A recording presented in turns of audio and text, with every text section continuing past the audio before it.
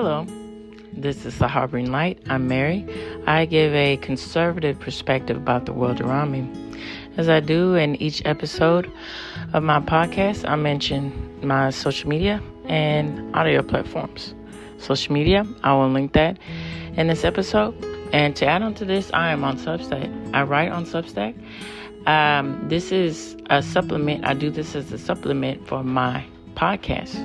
So I will include that link. So, please feel free to follow that link and view my content, my writing content, that is. And you enjoy that content, go on ahead and support and follow me on Substack. And add to this, you enjoy my podcast content, go on ahead and follow me. And also, give me a rating. It's greatly appreciated. And I greatly appreciate all of you listeners. Thank you so much. Thank you for listening to my content. It means a lot. And I can't thank you enough. Thank you so much.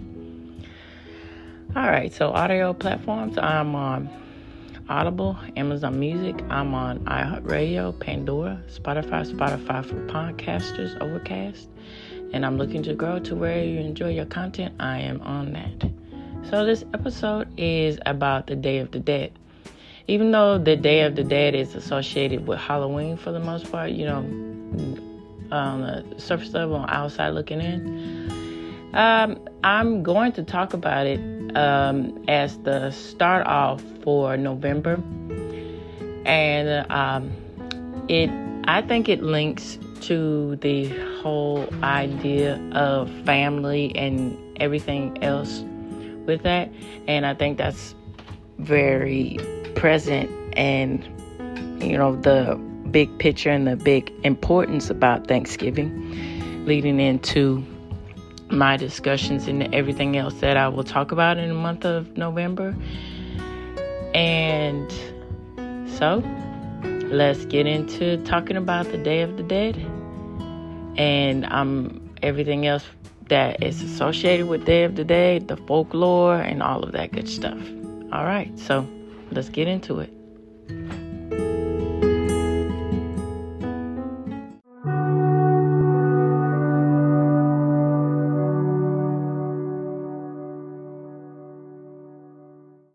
All right, so let me start out saying, before I get into my thoughts about the Day of the Dead, happy No Shave November and Prostate Awareness Month. Put that out there. Be strong, stay strong, support our men out there. So, Day of the Dead, my thoughts.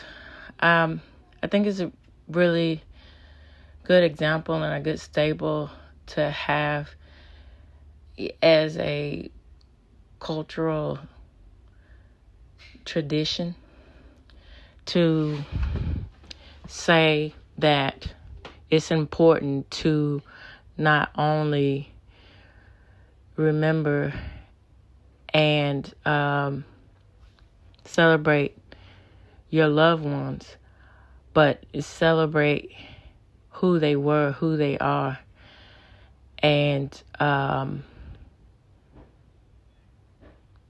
respect that. And a lot can be said about respecting the dead and respecting your relatives and respecting the past. And I think that helps to put in perspective about how you move and how you see things around you. And this is a bit of food for thought as I and as you listeners, we get into me talking about the Day of the Dead. The Day of the Dead, or El Día de los Muertos, is a Mexican holiday where families welcome back the souls of their deceased relatives for a brief reunion that includes food, drink, and celebration. A blend of Mesoamerican rituals, European religion, and Spanish culture, the holiday is celebrated each year from October 31st through November 2nd. While October 31st is Halloween, November 1st through 2nd is All Souls Day, or the Day of the Dead. According to tradition, the gates of heaven are open at midnight on October 31st, and the spirits of the children can rejoin their families for 24 hours. The spirits of adults can do the same on November 2nd.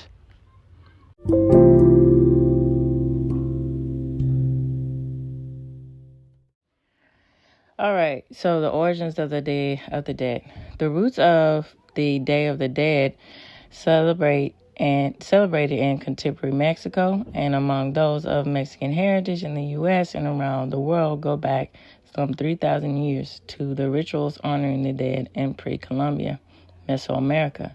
The Aztecs and the other Nahuan people living in what is now central Mexico held a cyclical view of the universe and saw death as an integral, ever-present part of life. Upon dying, a person was believed to travel to Chictlanamictlan, the land of the dead. Only after getting through 9 challenging levels, a journey of several years, could the person's soul finally reach Mictlan, the final resting place. And Nahua rituals honoring the dead was traditionally held in August. Family members provided food, water, and tools to aid the deceased in this difficult journey. This inspired the contemporary Day of the Dead practice, in which people leave food or other offerings on their loved one's grave or set them out on makeshift altars called ofrendas in their homes.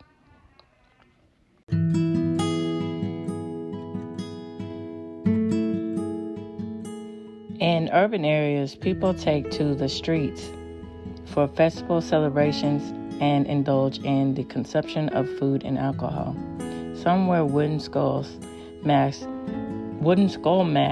known as calacas to extend on ofrendas in their homes. To extend on this with the ofrendas, that is, sorry about that.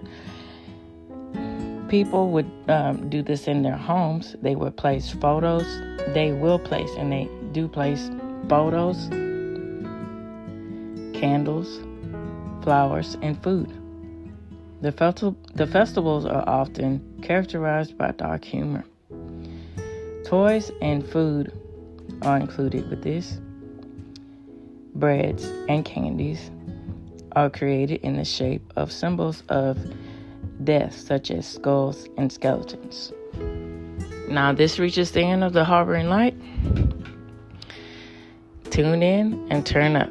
And also, to add on to this, feel free. You have questions about anything, what I cover. You want to, send, anything that you want me to cover, talk about, please feel free to follow me on social media and email me. I will answer that and everything else with that. And take care.